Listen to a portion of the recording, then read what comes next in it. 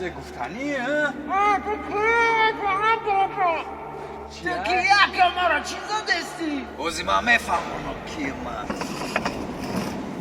سومی آدمو را میگریزی؟ اگه چطوری سو ما اگه با سو نگرفتم نشناختی مرا ای цирк ششتم تا دمپچتا دستم دادم یاسمای نوبت یاسمای کنه 40 درهمی ما کو اگه تو دیوانه نخود برای 40 درهم تاریکی میگه چی؟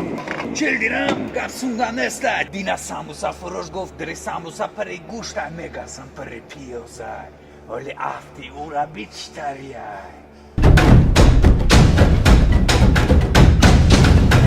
آه